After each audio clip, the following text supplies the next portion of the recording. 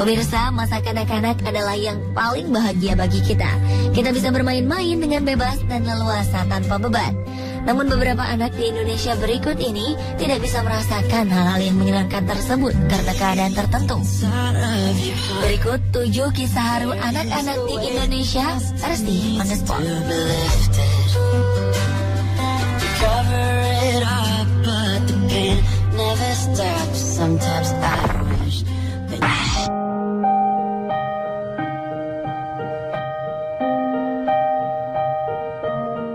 Usianya boleh masih sangat muda, yaitu sekitar 8 tahun. Tapi karena kondisi ekonomi yang sangat minim, Aisyah harus memikirkan kondisi ayahnya yang sedang sakit selama 2 tahun terakhir. Anak-anak di usia Aisyah seharusnya sudah duduk di bangku sekolah dasar. Namun Aisyah sama sekali tidak memikirkan hal itu. Aisyah harus melewatkan kesehariannya dengan mengurus ayahnya yang terbaring lemah di beca, mulai dari memandikan hingga memberi makan. Ayah dan anak ini terpaksa menjadi gelandangan sejak ayah Aisyah menderita penyakit paru-paru akut, sehingga tidak bisa lagi mencari nafkah. Sementara sang ibu telah berpisah dengan ayahnya beberapa tahun sebelumnya. Hebatnya, mereka tidak pernah meminta-minta. Namun kadang ada saja yang menaruh belas kasihan dan memberi mereka sedikit uang untuk bekal hidup. Dengan tubuhnya yang kecil, Aisyah mendorong beca ayahnya tak tentu arah. Mereka sering mampir di emperan Masjid Raya di Jalan Sisingamangaraja, Medan, Sumatera Utara. Karena ramai diberitakan media, bantuan dari pejabat kota Medan datang dan membawa ayahnya ke rumah sakit untuk mendapatkan perawatan. Aisyah pun lega karena pemerintah kota Medan berjanji membiayai pendidikan Aisyah sampai sekolah menengah atas. Kegembiraan Aisyah pun tidak dapat disembunyikan ketika dia mendapat seragam dan peralatan sekolah yang disumbangkan para warga yang simpati kepadanya.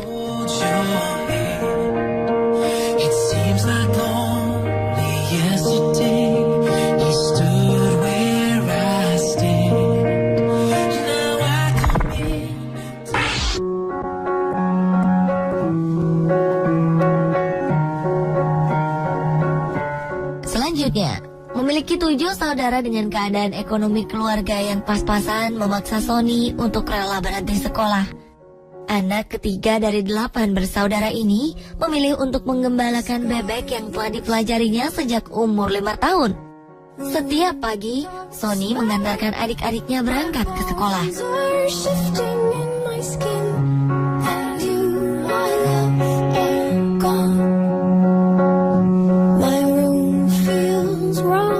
Setelah itu, Sony pun memulai pekerjaannya menggembalakan bebek. Bebek-bebek yang menjadi tanggung jawabnya ini harus selalu terjaga agar tidak tercerai-berai dan hilang. Dia menggiring kawanan bebek tersebut ke sawah bekas panen untuk mencari makanan, dan harus menjaga agar bebek-bebek ini tidak merusak sawah yang harus ditanami padi. Selepas menggembala bebek, Sony memanfaatkan waktunya untuk mengumpulkan tutut atau keong sawah yang banyak hidup di tengah lumpur. Keong ini akan dia jual untuk menambah penghasilannya.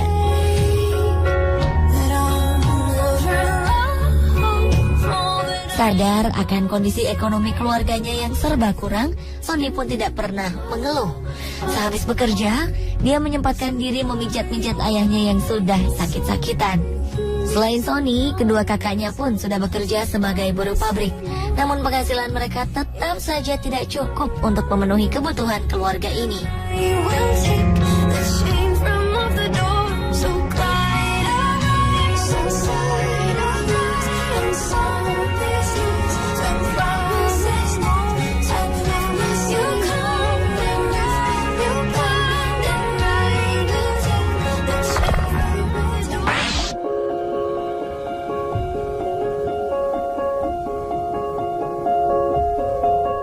Menjadi sulung dari 5 bersaudara membuat Nanang merasa bertanggung jawab atas kehidupan keluarganya.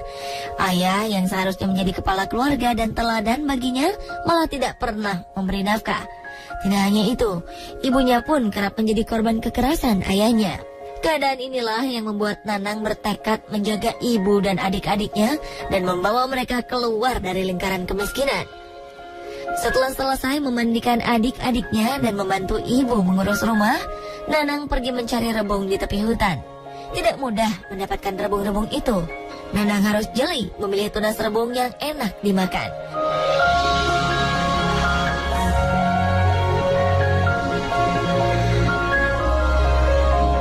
Belum lagi Nanang harus berhadapan dengan sekawanan semut merah yang biasanya bersarang di bawah rimbunan bambu.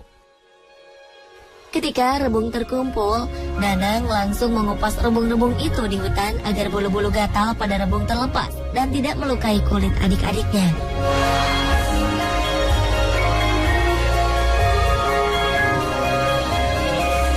Di perjalanan pulang, Nanang menyempatkan diri mencari keong emas di tepi danau untuk menambah penghasilannya.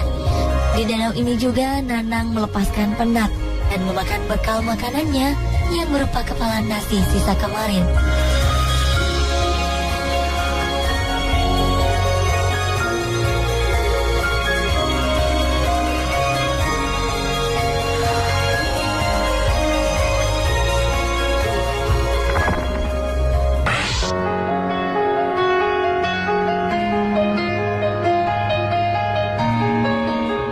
Waktu senggang bagi anak-anak biasanya dihabiskan untuk bermain dengan teman-temannya.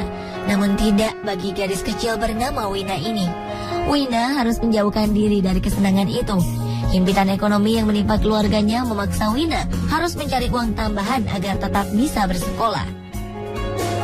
Sepulang sekolah, Wina harus menyelesaikan semua pekerjaannya dan tugas sekolah sebelum malam tiba.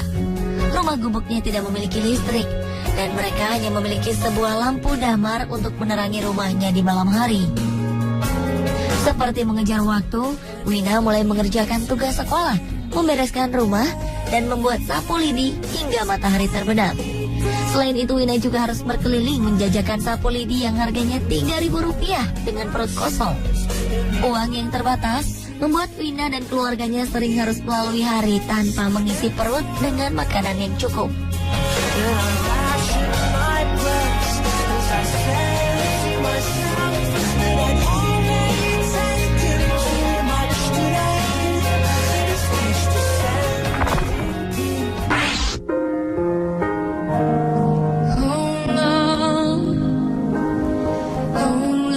Kecil-kecil cabai rawit.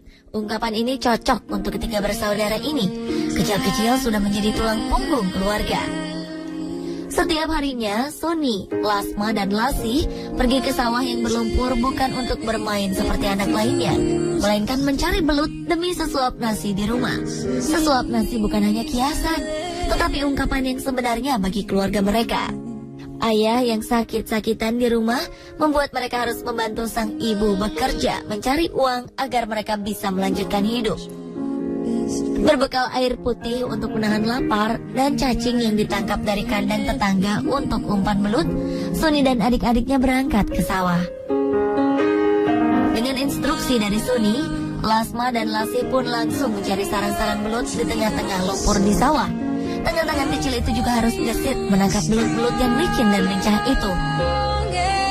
Selesai menangkap belut, Suni, sang kakak, menyempatkan diri mencari kayu buangan untuk bahan kerja ayah yang hanya bisa membuat sarang burung pesanan orang. Waktu bermain mereka memang terbuang dengan bekerja. Namun Suni, Lasma, dan Lasih tetap bahagia menjalani hidupnya.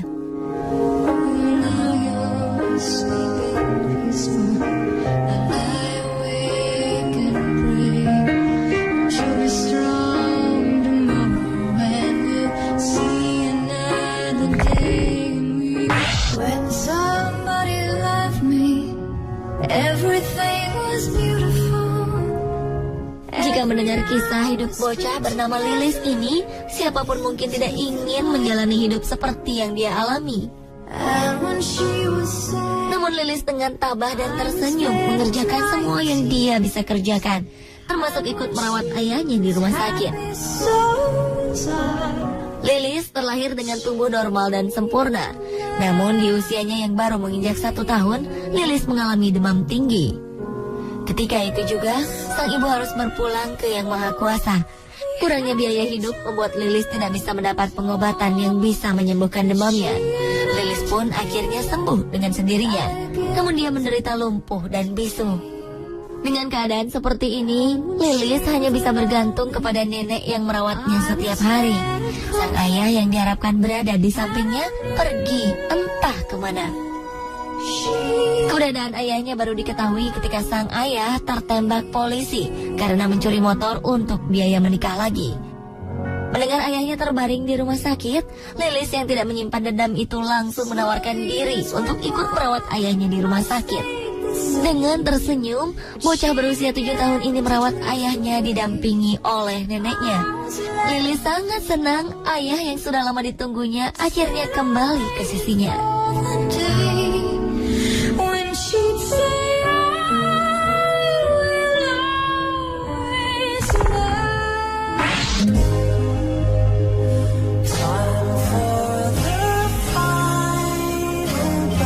Jika memiliki niat untuk berusaha, apapun bisa dikerjakan untuk menyambung hidup. Mungkin inilah yang ada di benak Adriani ketika memutuskan untuk bekerja di pabrik pembuat meja untuk membaca Al-Quran. Di pabrik ini dialah satu-satunya anak perempuan yang menjadi pekerjanya. Lainnya adalah laki-laki. Meskipun perempuan, Adriani tetap mengerjakan apa yang dilakukan oleh rekan-rekan kerjanya, seperti mengamplas kayu jati berukir, memoles, dan membelitur hingga meja siap pakai. Pekerjaan ini memang bukan hal yang mudah dikerjakan. Ketika pertama kali mengerjakannya, Adriani sering mendapat komplain dari atasannya. Namun dengan usaha yang gigih selama 2 tahun, hasil kerjanya pun sudah bisa memuaskan pemilik usaha.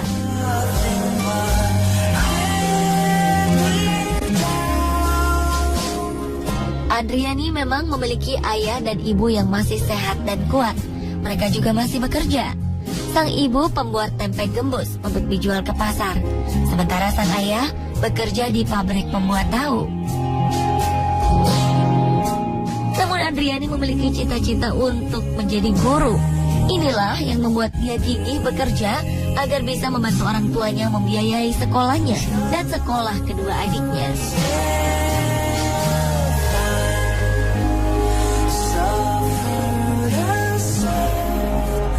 Pemirsa, itulah 7 kisah haru anak-anak di Indonesia. Semoga perjuangan mereka menjadi inspirasi Anda.